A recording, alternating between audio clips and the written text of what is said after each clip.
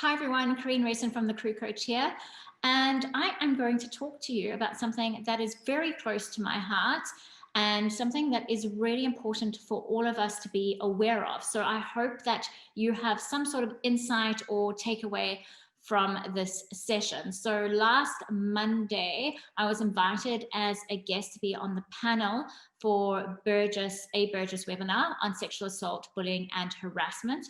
And what essentially it was crew had submitted questions to Burgess the past year, and then the panelists, we had to answer those questions in terms of providing crew with direction and support when experiencing those problematic behaviors.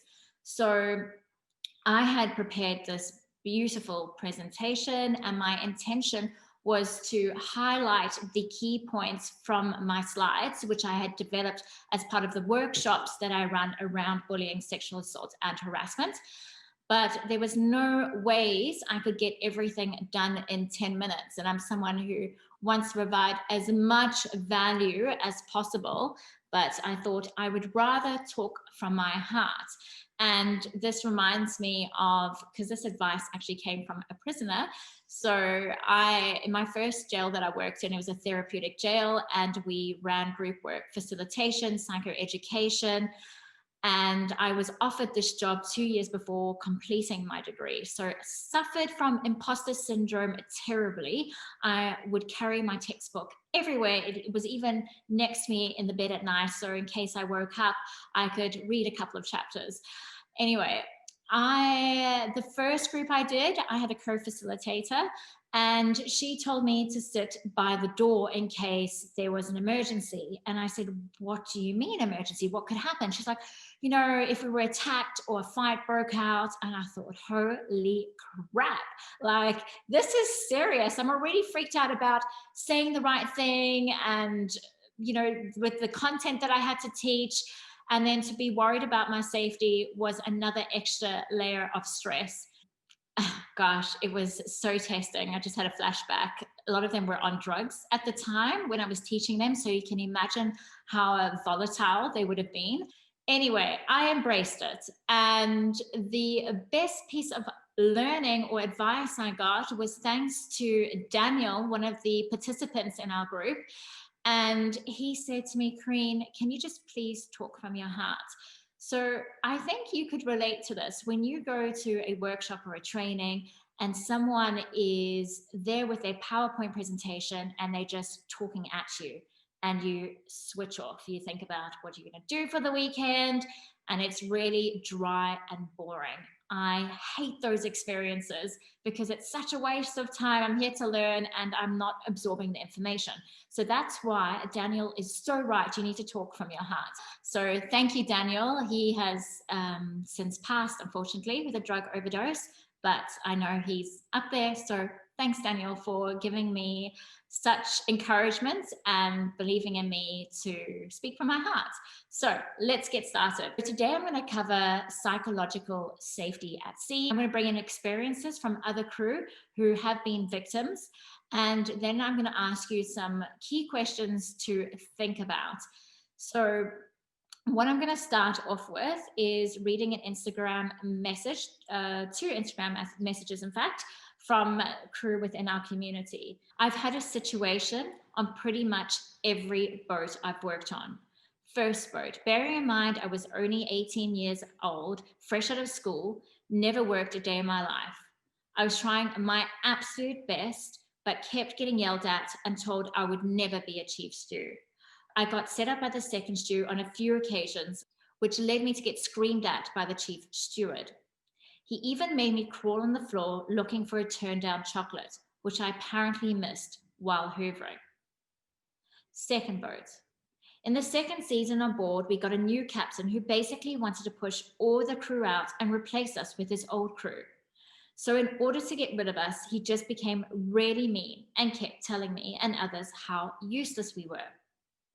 He hired a first mate, and in the first 24 hours of being on board, he took drugs. Came into my cabin just after I had a shower. I was naked, wrapped in a towel, and hit me multiple times with a belt. So I want you to think about how safe would that person be feeling on board?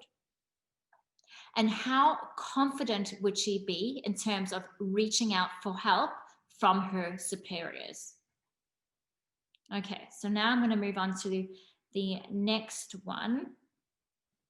My last job on a yacht, I suffered from bullying and harassment by the captain after handing in my notice for family-related reasons.